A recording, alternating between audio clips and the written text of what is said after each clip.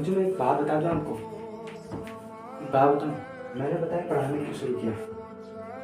मैं अपने घर वालों के सामने, सबके सामने बहुत थप्पड़ मार दूं, तुमको नहीं मारूंगा, अपने आप को मैंने मान लिया।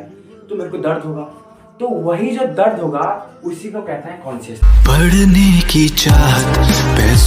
हेलो बायोलॉजी के विद्वान बच्चों, तो कैसे हैं आप लोग। मेरा नाम है रवराज सिंह और आज मैं आपको बायोलॉजी का पहला चैप्टर क्लास 11th का लिविंग वर्ल्ड पढ़ाने वाला हूँ। सबसे पहले तो मैं बता दूँ, मैं कक्षा 12वीं में पढ़ता हूँ और मैं कक्षा 11वीं के बच्चों को पढ़ा रहा हूँ, क्योंकि 11वीं के बच्चे मेरे को देख के मोटिवेट हों।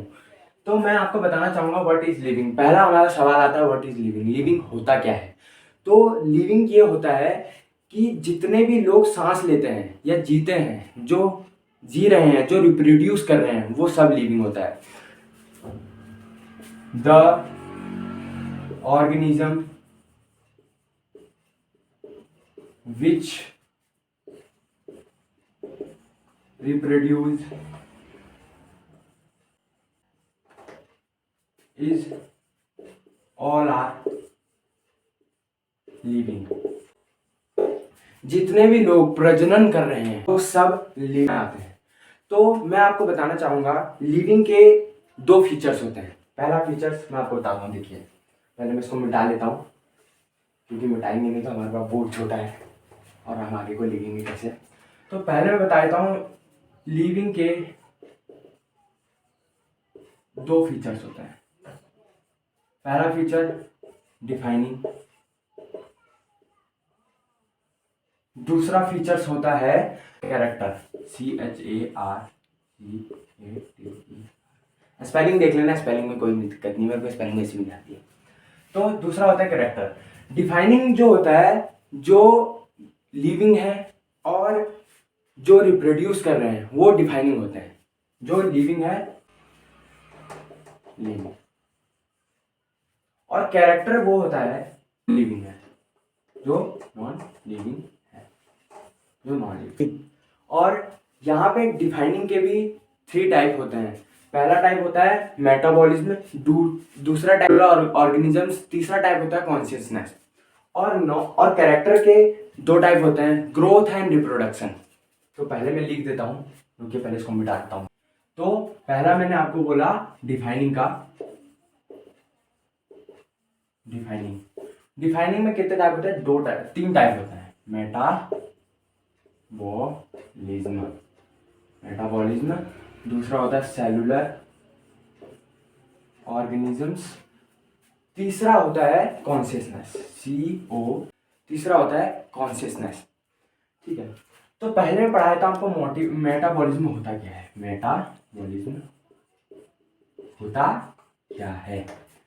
अरे यार सर, आपने आते ही पढ़ाना शुरू कर दिया। बोल रहे होंगे मेरे को पता है यार, लेकिन कोई नहीं, पढ़ना भी जरूरी है। पढ़ो, अच्छे से पढ़ो, रिलैक्स होकर पढ़ो, कोई दिक्कत नहीं है यार। अब तुम्हारा भाई तुमको पढ़ा रहा है, कोई दिक्कत ही नहीं आनी चाहिए कहीं से।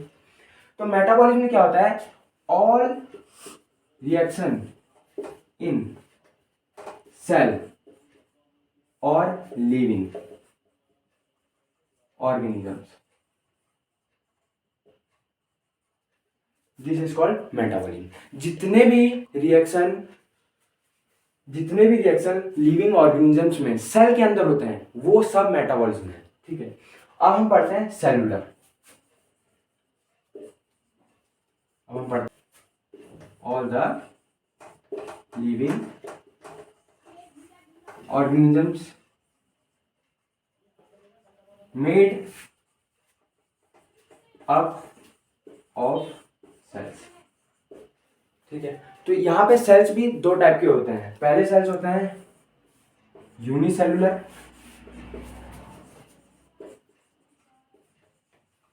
और दूसरा होता है मल्टीसेलुलर।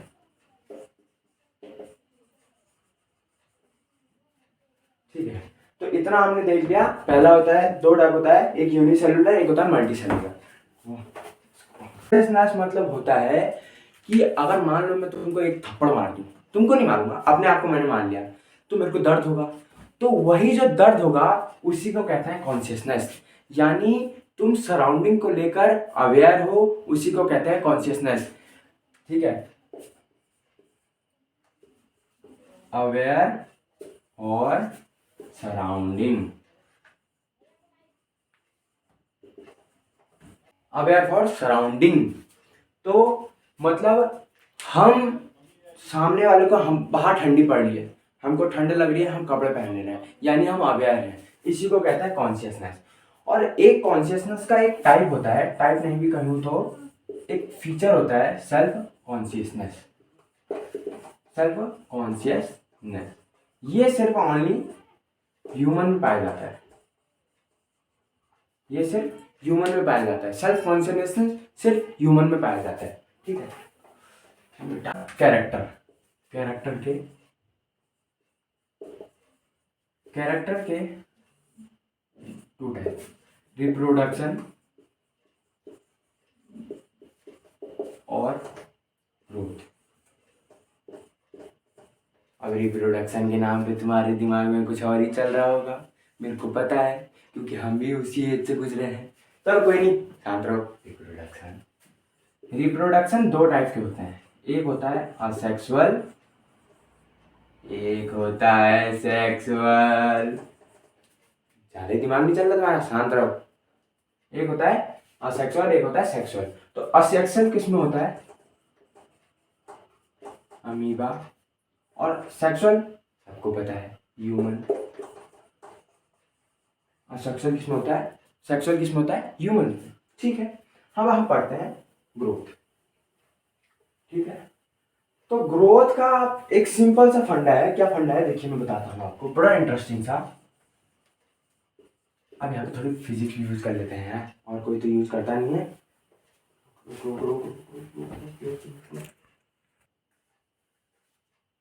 चलो फिर थोड़ा फिजिक्स पढ़ लेते हैं। फिजिक्स तो नहीं, मतलब तुम भी सोचोगे यार भैया क्यों पगला रहे हो, बायोलॉजी में कौन सा फिजिक्स आता है।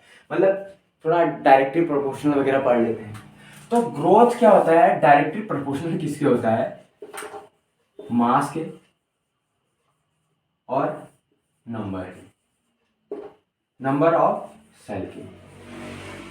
ठीक, अब जिस भी किसी चीज में मास होगा, अब ऐसा नहीं पत्थर में मास है तो ग्रो करेगा ना। देखो कैसे, मान लो ये पहाड़ है, यहाँ पे बर्फ बनी इतनी इतनी इतनी इतनी इतनी इतनी इतनी इतनी इतनी, ये मान लो बर्फ है, कोई और नहीं समझना, बर्फ है।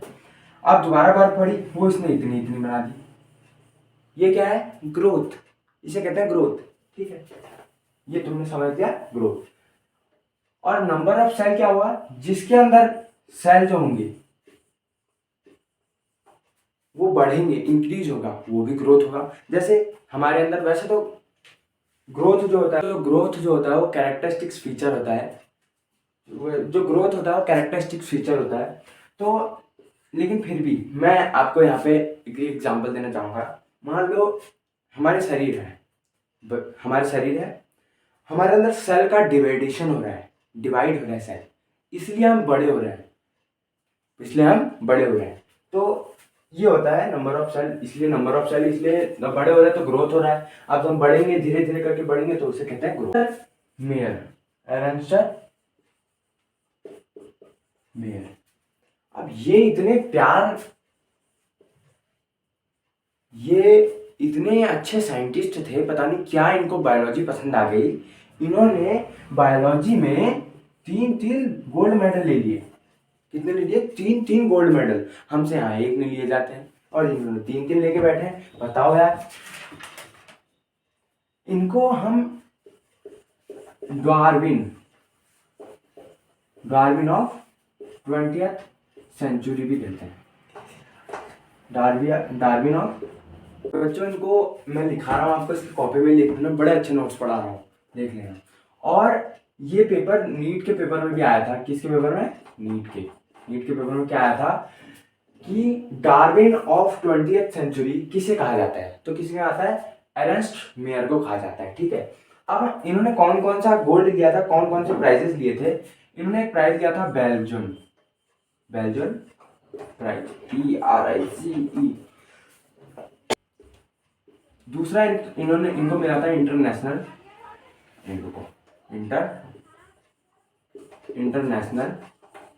दूसरा इनको मिला था इंटरनेशनल प्राइज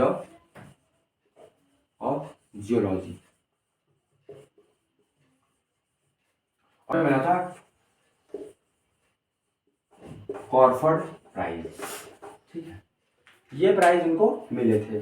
तो ये नीड तो ये एनसीईआरटी की किताबों में दिया था, तो इसलिए हमने देख लिया कि एनसीईआरटी तो आपको पता है कितनी इंपॉर्टेंट है, बहुत ही ज़्यादा इंपॉर्टेंट है। आप जितना खाना खाते हो आपके लिए खाना इंपॉर्टेंट नहीं, उतनी ज़्यादा एनसीईआरटी इंपॉर्टेंट है, उससे कई गुना ज़्यादा एनसीईआरटी इंपॉर्टेंट है। ठीक है, तो एनसीईआरटी में 2 फुल फॉर्म दिए गए हैं, उसको भी देख लेते हैं। ICBN और ICZN। फुल फॉर्म होता है international code of biological नॉमन CLUTURE biological nomenclature. ठीक है, और जो इसकी फुल फॉर्म होती है वो भी होती है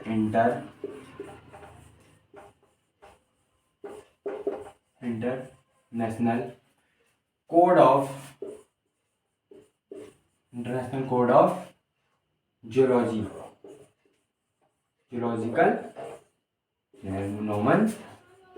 नॉमेनक्लेचर। बच्चों मैं एक बात बता दूं आपको, एक बात बताऊं, मैंने बताया पढ़ाने क्यों शुरू किया। मैं अपने घर वालों के सामने, सबके सामने बहुत फ्रैंक रहता हूँ। मेरे को लोग कहते हैं इसको कुछ नहीं आता, लेकिन मैं आपको बताना चाहूँगा ऐसे बच्चे मेरे जैसे बहुत बच्चे होंगे जिनके अंदर टैलेंट और गुण होगा। वो कृपया करके मैं आपसे बोलना चाहूँगा, अगर तुम्हारे अंदर टैलेंट है, तुम्हारे अंदर गुण है, तो कृपया करके बाहर निकलिए, करिए, उसको निखारिए, उसको वेस्ट मत जाने दीजिए। मैं आपको बताया कैमरे के सामने बोलने में कितनी झिझक होती है। मैं यहाँ पे बताने से पहले 100 बार झिझका चुका हूँ, बहुत बार अनकॉन्फिडेंट हुआ हूँ, बहुत बार मेरे को झिझक हुई है। तो अगर आपके अंदर टैलेंट है, आपके अंदर गुण है, तो आप निकलिए, बाहर निकलिए, बोलिए, कोई नहीं बोलेगा। मेरे को पता है मेरा ये पहला वीडियो है, मेरे को इतने लोग बोलेंगे, इतने लोग सुनाएंगे, कोई मतलब नहीं, कोई दिक्कत नहीं।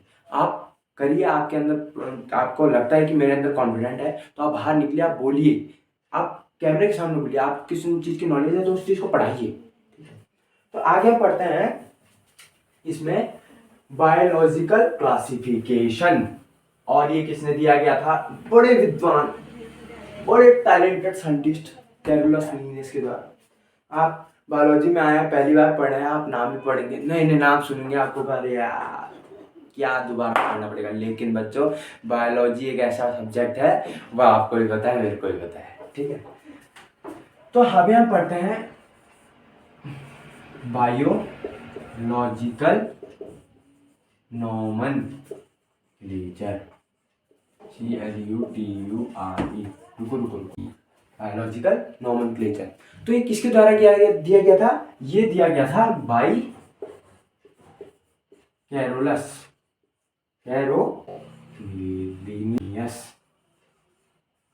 और ये दो वर्ड पे दिए गए थे, किस किस पे। पहला वर्ड था आपका जीनस, दूसरा वर्ड पे दिया गया था स्पीसीज। तो बच्चों कैरोलस लीनियस द्वारा गया ये बायोनॉमिकल नॉमेनक्लेचर, इन्होंने कुछ रूल दे दिया अपने। अब रूल क्या दिया हम उसको पढ़ते हैं, बहुत इंपॉर्टेंट रूल है बच्चों, नीट के पेपर में बहुत बार आता है वो रूल, पढ़ लेते हैं पहले इसको। तो इतना बताने से पहले मेरा आपसे एक सवाल है, जो कोमा पेशेंट होता है वो कॉन्शियसनेस होता है, सेल्फ कॉन्शियसनेस होता है, या नो ब्रेन होता है। मेरे को आप जल्दी जल्दी कमेंट करिए, कमेंट करके जल्दी बताइए, फिर मैं आपको लास्ट में वीडियो में बताऊंगा। तो अभी हम पढ़ते हैं कैरोलस लीनियस द्वारा किया गया बायोलॉजिकल नॉमेनक्लेचर का रूल। ठीक है, अभी हम पढ़ते हैं रूल। तो उसमें पहला रूल उन्होंने क्या दिया था कि genus is written by capital letter, capital. Species is written by small letter. अब इसका हम सबसे अच्छा एग्जांपल देख सकते हैं Mangifera indica, Mangifera indica. Mangifera indica genus. क्या है? मैग्नीफेरा यहाँ पे जीनस है। क्या है? जीनस। क्या है? क्या है बच्चों? क्या है? जीनस है। मैग्नीफेरा यहाँ पे जीनस है। और जो इंडिका है वो स्पीशीज है। ठीक है, ये एनसीईआरटी में भी दिया गया एग्जांपल है, तो मैं भी आपको ही दे रहा हूँ।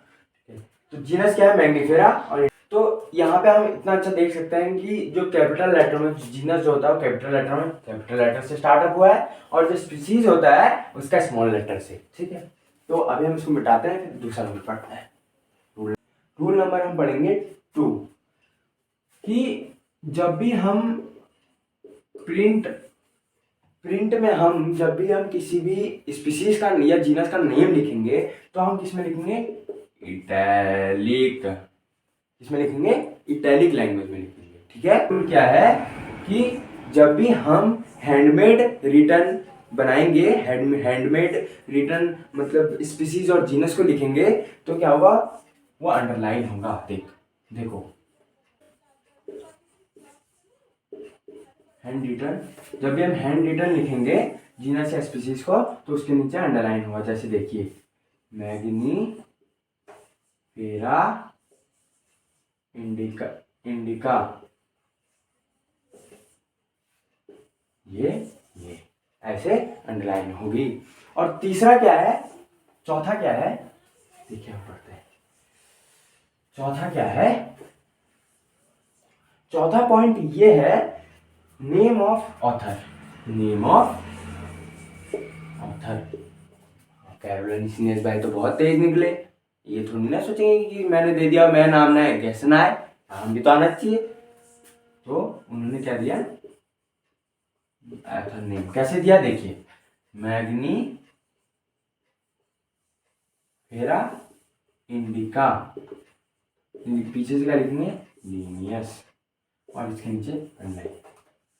ठीक है, मैग्नी स्टार्टअप। देखिए पहला रूल ये लिखा है कि स्टार्टअप इसमें कैपिटल लेटर से, दूसरा स्मॉल, और पीछे से उन्होंने अपना नाम दे दिया। ठीक है, तो अब हम पढ़ेंगे एनसीईआरटी का दिया हुआ है। ठीक है, कि हमारे लिखूंगा नहीं चल जाऊंगा कि हमारे जो अर्थ है उस अर्थ में 1.7 से लेकर 1.8 मिलियन तक स्पीशीज है। ये एनसीईआरटी का दिया, इसको हम बायोडाइवर्सिटी भी कहते हैं। ठीक है, और ये भी किसके द्वारा दिया गया है? कैरोलस लीनियस साहब के द्वारा। ठीक है, अब हम पढ़ते हैं टैक्सोनॉमी।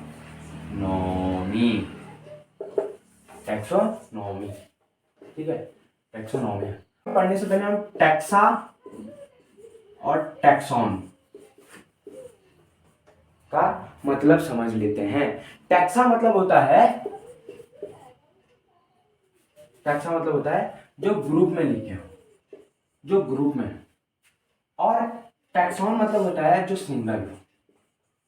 ठीक है, और ये नीट के पेपर में पूछा भी गया था कि टैक्सा और टैक्सॉन होता क्या है। एमसीक्यूज में आया था, मैं आपको अंतिम में दिखा दूंगा, आपको लास्ट में वीडियो में दिखा दूंगा। तो अभी हम इसको मिटाते हैं। ठीक है, अब पढ़ते हैं इसकी सीक्वेंस। तो टैक्सोनॉमी की सीक्वेंस है, क्या है? किंगडम, फाइलम,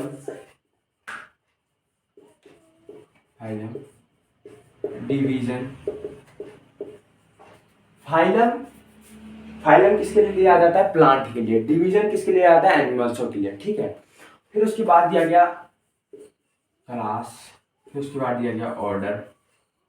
ठीक है, फिर ऑर्डर के बाद दिया गया फैमिली। ठीक है, जीनस, फिर उसके बाद दिया गया स्पीशीज। यहाँ पे लिख देता हूँ, बहुत छोटा है।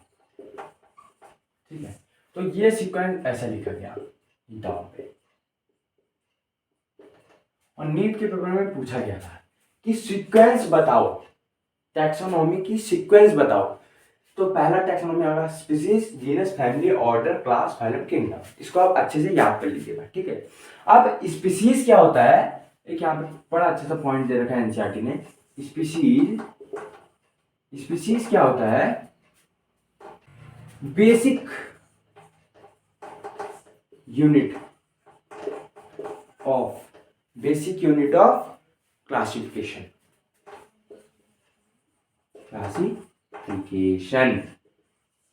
क्या कहते हैं? Basic unit of classification.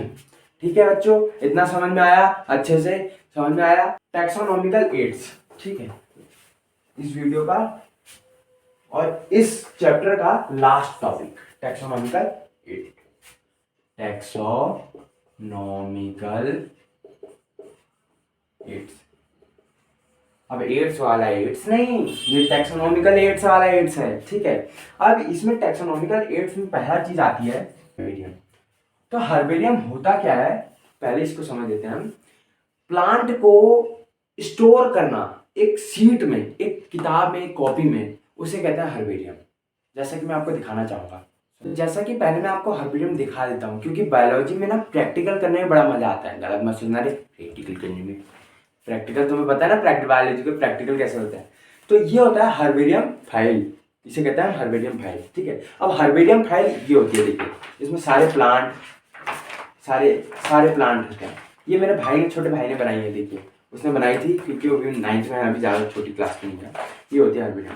तो हर्बेरियम फाइल की मैं आपको पहले हर्बेरियम फाइल क्यों बनाई जाती है बताता हूँ। हर्बेरियम फाइल इसलिए बनाई जाती है क्योंकि हमें क्या मिले, क्विक इंफॉर्मेशन, ठीक है। क्विक इंफॉर्मेशन कैसे, देखिए इंफॉर्मेशन में क्या क्या आ सकता है। पहली चीज प्लेस, वो कहाँ पे हुआ है। दूसरी चीज डेट, तीसरी चीज डे, चौथी चीज क्या है, उसकी फैमिली, यानी हर प्लांट और हर स्पीसीज की कोई ना कोई प्रजाति होती है, ठीक है। फैमिली क्या है, फिर और वो उसको कब और किसने कलेक्ट किया था, उसका साइंटिफिक नेम क्या है, साइंटिफिक नेम क्या है, ठीक है। इतनी चीजें एक हर्बेरियम में हमको पता लगती है, ठीक है। इसलिए हम हर्बेरियम शीट को रखते हैं, जिससे हमको किसी भी चीज की क्विक इंफॉर्मेशन मिल जाए, ठीक है। फिर उसके बाद होता है बॉटनिकल गार्डन, ठीक है। उसके बाद बॉटनिकल गार्डन। अब बॉटनिकल गार्डन में क्या होता है, बॉटनिकल गार्डन में प्लांट ही प्लांट होते हैं, सिर्फ प्लांट, ठीक है। वहां पे सिर्फ प्लांट ही होंगे, ठीक है। और प्लांट जैसे हम कभी बॉटनिकल गार्डन में आप जाइएगा, तो जैसे आप बॉटनिकल गार्डन में लिख रहेंगे, आगे प्लांट की पूरी खेती होगी और आगे से एक फाइल जैसी लगी रहेगी, एक बोर्ड लगा रहेगा, उसमें आपको साइंटिफिक नेम, डेट, जितने भी चीजें हर्बेरियम में इंफॉर्मेशन देने के लिए होती है, वो सब बॉटनिकल गार्डन में जैसे लिखी रहती है, ठीक है। इसे कहते हैं, वो हुआ एनसीईआरटी में सबसे अच्छा एग्जांपल बॉटनिकल गार्डन का दिया है, इंडियन रिसर्च ऑफ गार्डन। ये कहाँ है आपका, ये हॉर्विच में है। और ये नीट के पेपर में आया भी था कि इंडियन रिसर्च गार्डन ये कहाँ है, ठीक है। ये कहाँ है, हॉर्विच में है, ठीक है। ये हॉर्विच में इंडियन बॉटनिकल गार्डन, ये कहाँ है, इंग्लैंड में, ठीक है, इंग्लैंड में है गार्डन। एक फुल फॉर्म पढ़ लेते हैं, कि फुल फॉर्म भी दे रखी है, RBI। अगर किसी को आता है तो जल्दी से कमेंट करो, जल्दी, तो ठीक है।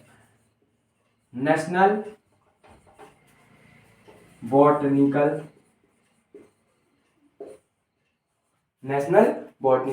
Research institute,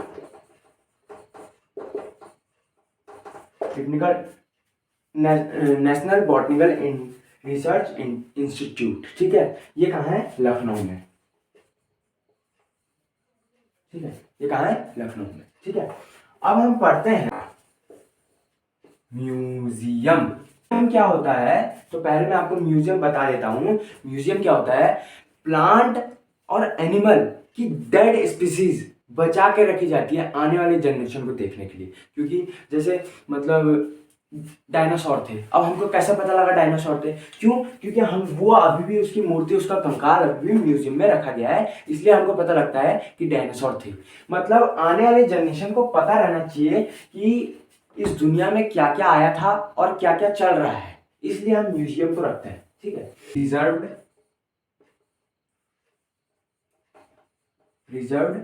dead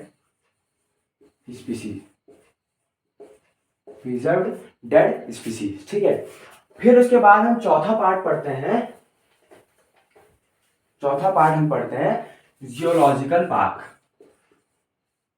geological park, अब ये तो सबने देखा होगा, पार्क को कहते हैं जू। अब जल्दी से कमेंट करो कि जू कौन कौन गया है, जल्दी से कमेंट करना। हाँ, जू। अब जू का मतलब तो आप जानते हो, सीधी सी बात है, जहाँ पे एनिमल्स को रखा जाता है हमको देखने के लिए, दर्शक बनने के लिए। अब बाघ है, आप जंगल में बाघ को देखने जाओगे तो आपको खा जाएगा कच्चा चबा के। इसलिए जू में रखा जाता है कि हम देख सके उनको कैसा होता है कैसा नहीं होता है। सांप बिच्छू के बारे में आपको कोई पढ़ाने की जरूरत नहीं है, इतना आप जानते हैं। ठीक है। Flora flora flora fauna fauna fauna flora fauna आप जानते हैं। फ्लोरा किसे कहते हैं कि प्लांट को एक एरिया में, एक पर्टिकुलर एरिया में रखा जाता है, उसे कहते हैं फ्लोरा। ठीक है, पर्टिकुलर एरिया में रखा जाता है, उसे कहते हैं फ्लोरा। फिर उसके बाद आता है मैमल्स। मैमल्स क्या होता है आप जैसे जानते हैं, information of any species in particular area, उसे कहते हैं मैमल्स। ठीक है, उसे कहते हैं मैमल्स। जो एक पर्टिकुलर, आई होप आपको ये वीडियो पसंद आई होगी, अच्छी लगी होगी। अगर आपको ये वीडियो पसंद आई, अच्छी लगी तो लाइक करना, सब्सक्राइब करना, और तब तक के लिए बाय बाय, जय हिंद, जय भारत। पढ़ने का उम्र है, पढ़ाई कर ले। प्यार मोहब्बत के लिए सलमान खान का उम्र भी बहुत है।